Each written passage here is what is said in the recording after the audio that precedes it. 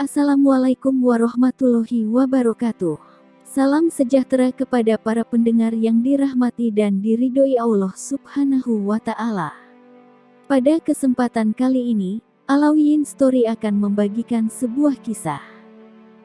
5 aksi gagal pencurian jasad Nabi Muhammad Shallallahu Alaihi Wasallam. Nabi Muhammad wafat pada hari Senin, 12 Rabiul Awal tahun 11 Hijriah, atau tanggal 8 Juni tahun 632 Masehi. Semasa hidup hingga wafatnya, Nabi Muhammad telah memberikan perjuangan yang sangat besar untuk menyebarkan ajaran Islam. Nabi Muhammad Shallallahu Alaihi Wasallam merupakan junjungan umat Islam. Tak heran kisah-kisahnya menjadi contoh para pemeluk agama Islam dalam menjalani kehidupan. Nabi besar Muhammad Shallallahu Alaihi Wasallam memiliki kisah-kisah yang begitu menarik untuk disorot, mulai dari cerita selama beliau hidup hingga meninggal. Salah satu kisah yang menarik adalah ketika beliau meninggal, terdapat upaya-upaya jahat yang menghampiri untuk melakukan pencurian jasad Nabi Muhammad Shallallahu Alaihi Wasallam. Lalu, siapakah yang berani melakukan tindakan keji tersebut? Ingin tahu seperti apa kisahnya? Simak video berikut ini. Dilansir dari berbagai sumber, berikut nama dan kisah upaya pencurian jasad Nabi Muhammad Shallallahu Alaihi Wasallam. Yang pertama, Raja Daulah Fatimiyah. Seorang Raja Daulah Fatimiyah bernama Al-Hakim Biamrillah memerintahkan para penjahat agar mencuri jasad Nabi Muhammad Shallallahu Alaihi Wasallam. Raja beragama Islam yang menyimpang dari ajaran-ajaran Allah tersebut mendapatkan usul agar mencuri jasad Nabi Muhammad Shallallahu Alaihi Wasallam dari salah seorang zindik. Seperti ditulis oleh Muhammad Ilyas Abdul Ghani dalam buku Sejarah Masjid Nabawi Asy-Syarif, upaya pencurian jasad tersebut guna menarik perhatian masyarakat dan dunia kepadanya serta negerinya. Namun upayanya pun gagal, karena Allah Subhanahu wa Ta'ala telah mengirimkan angin besar ke Madinah, yang membuat bumi bergoncang pada malam rencana tersebut dijalankan.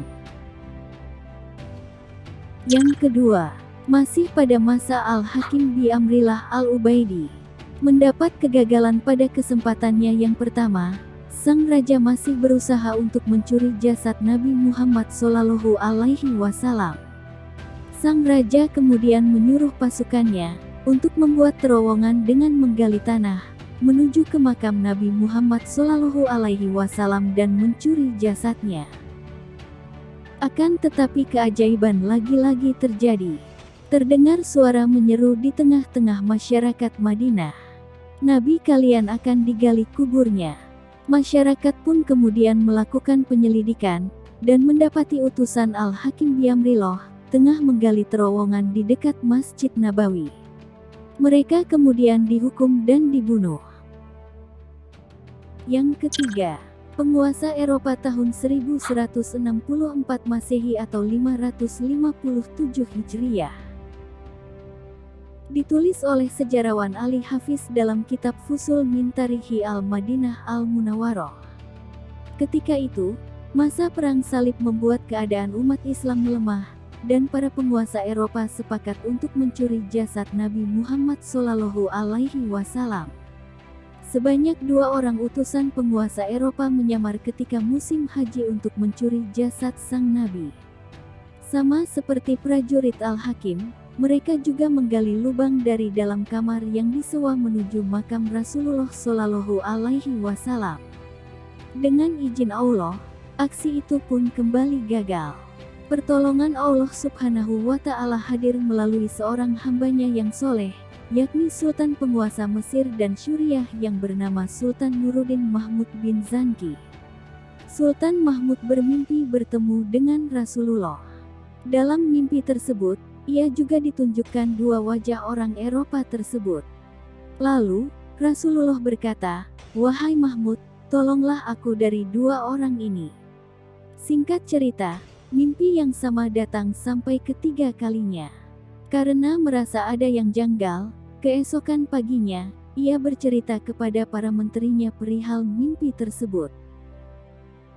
Merasa ada yang tidak beres di Madinah, akhirnya sang sultan pun menuju ke Madinah dan membawa 1.000 pasukan serta harta yang dimilikinya. Sesampainya di Madinah, ia langsung sholat dan berziarah ke makam Rasulullah. Setelah itu, ia menyuruh seluruh warga Madinah untuk berkumpul dan membagikan harta yang ia bawa dari Mesir. Hal ini dilakukan dengan harapan ia dapat bertemu dengan 2 orang Eropa yang wajahnya ia kenali dalam mimpinya tersebut. Sayangnya, upaya itu gagal. Ia tidak melihat 2 orang asing tersebut.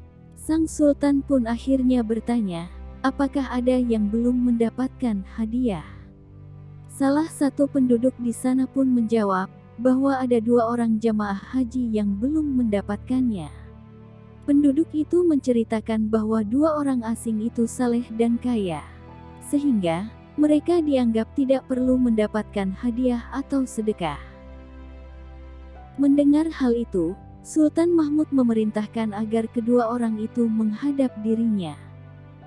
Ketika dilihat, ternyata 2 orang tersebut mirip dengan yang ada di dalam mimpinya.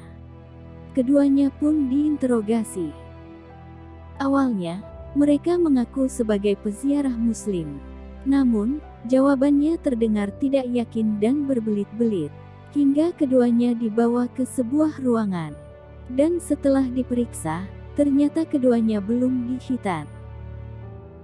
Seiring waktu, akhirnya mereka pun mengaku sebagai tentara salib yang sedang melaksanakan tugas suci untuk mencuri jasad Rasulullah. Keduanya kemudian dihukum mati. Yang keempat, sekelompok perampok. Kalau sebelumnya pencurian terhadap jasad Rasulullah dibekali dengan rencana yang matang, berbeda halnya dengan usaha keempat yang dilakukan oleh sejumlah perampok ini.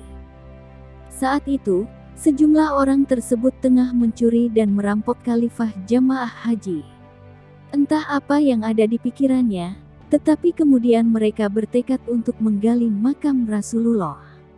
Mereka pun terang-terangan mengatakan niatnya. Ketika para perampok menuju ke Madinah dengan menggunakan kapal laut, disitulah usahanya menjadi gagal. Allah mengirimkan pertolongan melalui kapal yang disiapkan dari Mesir Al-Iskandariyah yang membuntuti para perampok tersebut. Kemudian, mereka pun menangkap serta memenjarakan sejumlah orang itu. Yang kelima, 40 orang menggali makam Abu Bakar dan Umar bin Khattab. Terakhir, sebanyak 40 orang berniat untuk menggali makam Abu Bakar As-Siddiq dan Umar bin Khattab yang dimakamkan bersebelahan dengan Rasulullah Shallallahu Alaihi Wasallam. Usaha tersebut mereka lakukan pada pertengahan abad ke-7 Hijriah. Puluhan orang tersebut berencana untuk menggali tanah di tengah malam. Tetapi, niat buruk itu pun kembali digagalkan Allah Subhanahu wa Ta'ala melalui bumi yang terbelah menjadi 2. Alhasil, 40 orang itu terkubur di dalam bumi. Apakah jasad Nabi Muhammad masih utuh? Dari tanggal wafatnya hingga sekarang, maka kurang lebih Nabi Muhammad telah meninggal 1389 tahun yang lalu. Sudah ribuan tahun dimakamkan. Apakah jasad Nabi Muhammad masih utuh sampai sekarang? Mengenai pertanyaan tersebut, Ustadz Abdul Somad memberikan jawabannya dalam salah satu ceramahnya. Meskipun makam Rasulullah Shallallahu Alaihi Wasallam tidak pernah dibongkar, Ustadz Abdul Somad yakin dan bisa memastikan bahwa jasad Nabi Muhammad masih utuh hingga sekarang. Hal tersebut berdasarkan hadits yang diriwayatkan Abu Daud dan An-Nasai yang menyatakan bahwa Allah Subhanahu wa Ta'ala mengharamkan tanah memakan jasad para nabi. Sehingga sudah bisa dipastikan bahwa para nabi termasuk Nabi Muhammad jasadnya hingga kini masih utuh meskipun sudah ribuan tahun atau lebih dimakamkan. Wallahu a'lam bishshawab. Nah, itulah 5 aksi gagal pencurian jasad Nabi Muhammad Sallallahu Alaihi Wasallam. Sekian dari Alawiyin Story. Semoga bisa membawa manfaat. Wassalamualaikum warahmatullahi wabarakatuh.